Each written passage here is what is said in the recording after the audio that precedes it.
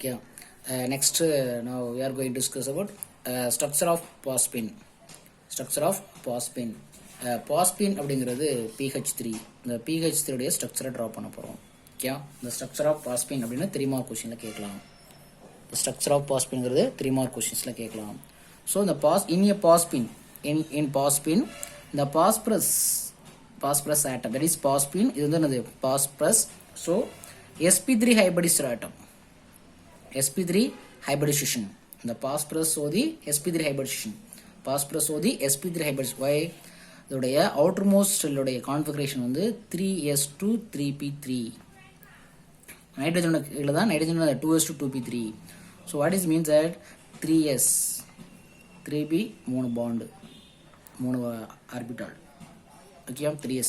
how many electron here? 2. here 1 2 3 electron இருக்கும். okay, 3s2 3p3. okay, so the unpaired electron bonded with hydrogen. 3 unpaired electron bonded with ground state இருக்கும். so the bonded 3 unpaired electron bonded with 3 hydrogen electron. okay, ஒரே ஒரு lone pair electron இருக்கு. இது வந்து lone pair electrons. so இவங்க ரெண்டு பேரும் mixing ஆவறாங்க. intermixing of s and b orbital. how many s orbital? 1. how many orbital? b 3. so sp3 hybridization atom. so the 3 unpaired electron bonded with 3 hydrogen atom. the one is lone pair electrons. okay, so the 3 sp3 hybridization, the intermixing of s and b orbital. so sp3 hybridization, phosphorus only hybridization. electron provide hydrogen 1 2 3. ஒரு blue கலரில் ஒரு hydrogen provide பண்ணியிருக்குது. So red கலரில் தான் பாஸ்பரஸோட இது. Okay, 3 hydrogen சேர்ந்து bond ஆயிடுச்சு. So sp3 hybridisation 4 orbital mix ஆகிருக்குது sp3 ஹைபிரிடைசேஷன். ஸோ அதில் 3 orbital are occupied by the bond pair. இந்த red colour blue colour. Okay, ஒன்று வந்து that is phosphorus electron. Hydrogen give the electron, hydrogen gives 1 electron. That is bond pair. 3 orbital are occupied by the bond pair. The fourth corner is occupied by the lone pair. Lone pair of electrons. புரிஞ்சுதா? மொத்தம் 4 orbital இருக்குது. So அதான் sp3 hybrid சொன்னேன். அதில் 3 orbital மட்டும் bond பேர், 2 electron, phosphorus hydrogen. Okay,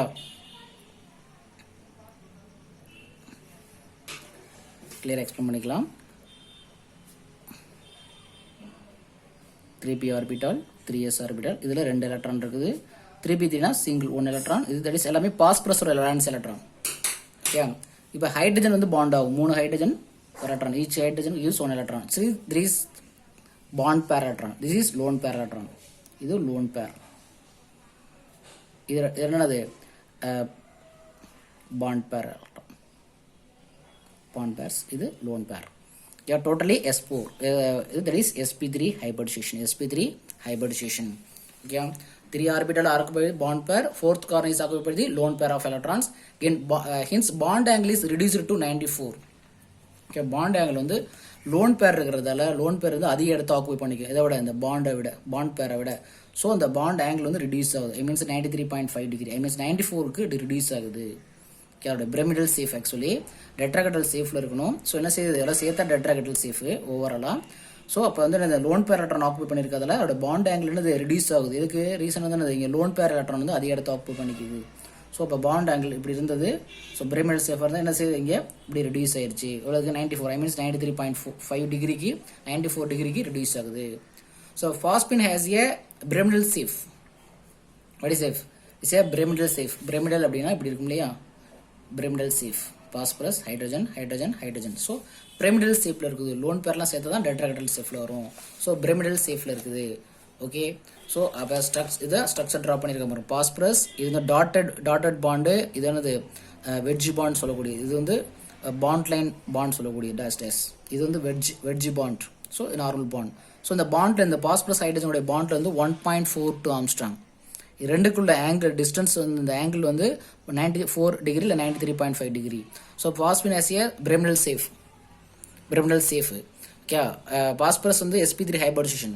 அது 3 orbital வந்து பாண்ட் பேர் இருக்கும். அதில் ஒரே ஒரு ஆர்பிட்டல் மட்டும் லோன் பேர் இருக்கும்.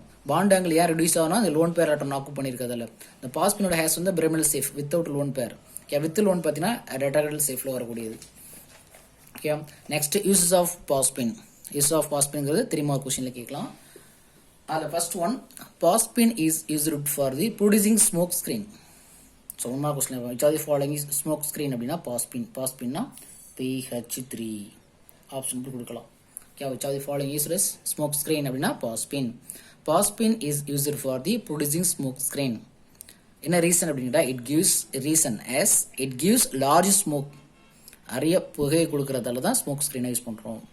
It means phosphine gives large smoke. Phosphine வந்து லார்ஜ் ஸ்மோக்கு ப்ரொடியூஸ் பண்ணுறதால தான் என்ன யூஸ் பண்ணுறாங்க, ஸ்மோக் ஸ்க்ரீனாக யூஸ் பண்ணுறாங்க. ஓகே, ஸ்மோக் ஸ்க்ரீன் புகை மண்டலம் சொல்லக்கூடியது. ஓகே, மிலிட்ரி இந்த ராணுவத்துலாம் யூஸ் பண்ணுவாங்க. பாஸ்பின் யூஸ் பண்ணுவாங்கன்னா புகை மண்டலம் எஸ்கேப் ஆயிடலாம். ஓகே, ஸ்மோக் ஸ்க்ரீனாக யூஸ் பண்ணலாம். ஏன்னா because of it gives large smoke. Okay, another one is second uses in a ship.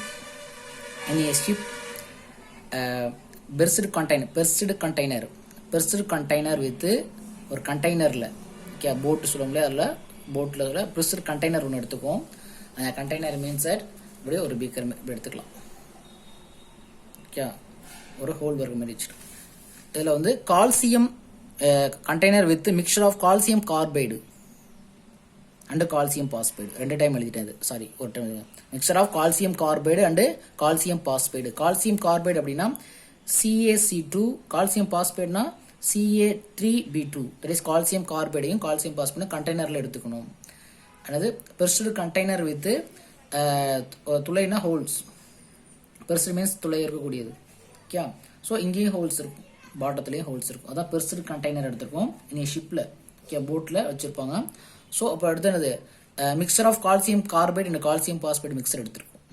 Okay, mixture எடுத்து அது லிபரேட் ஆக ஆரம்பிச்சிடும். இதுலேருந்து கால்சியம் என்ன ஆகும், container with mixture of calcium carbide and calcium phosphide liberate the phosphine and acetylene.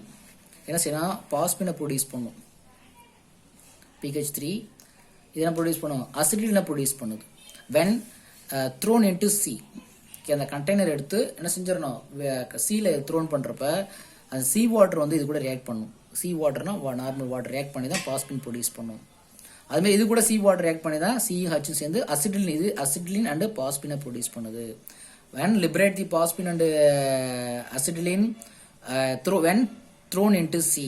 Okay தம்பி, ஒரு container, pressed container எடுத்திருக்கோம். அந்த ப்ரெஸ்டு கண்டெய்னரில் என்ன எடுத்திருக்கோம், கால்சியம் கார்பைடையும் கால்சியம் பாஸ்பைடையும் மிக்ஸ் பண்ணிட்டோம். அப்போ என்ன லிபரேட் ஆகுது, liberate the phosphine and acetylene produce பண்ணுது. When this container throw into சீல கடலில் எரிஞ்சிடணும். எரிஞ்சோன்னா என்ன செய்யுது, அப்போ நமக்கு வந்து லிபரேட் ஆகுது. அப்போ என்ன செய்யும், பாஸ்பின் அண்டு அசிட்டிலின். பாஸ்பினா இது, அசிட்டிலினா C2H4 ப்ரொடியூஸ் ஆகுது. இந்த லிபரேட் ஆகுதுல அந்த பாஸ்பின் வந்து என்ன செய்யுதுன்னா கேட்ச் தி ஃபயர், ஈஸியாக ஃபயர் கேட்ச் ஆகுது ஃப்ரம் தி ஏர்லேருந்து இருக்கக்கூடிய ஃபயர் ஈஸியாக கேட்ச் பண்ணி என்னது ஃபயர் கேட்ச் பண்ணிக்குது. யார், இந்த பாஸ்பின். ஐயோ சாரி.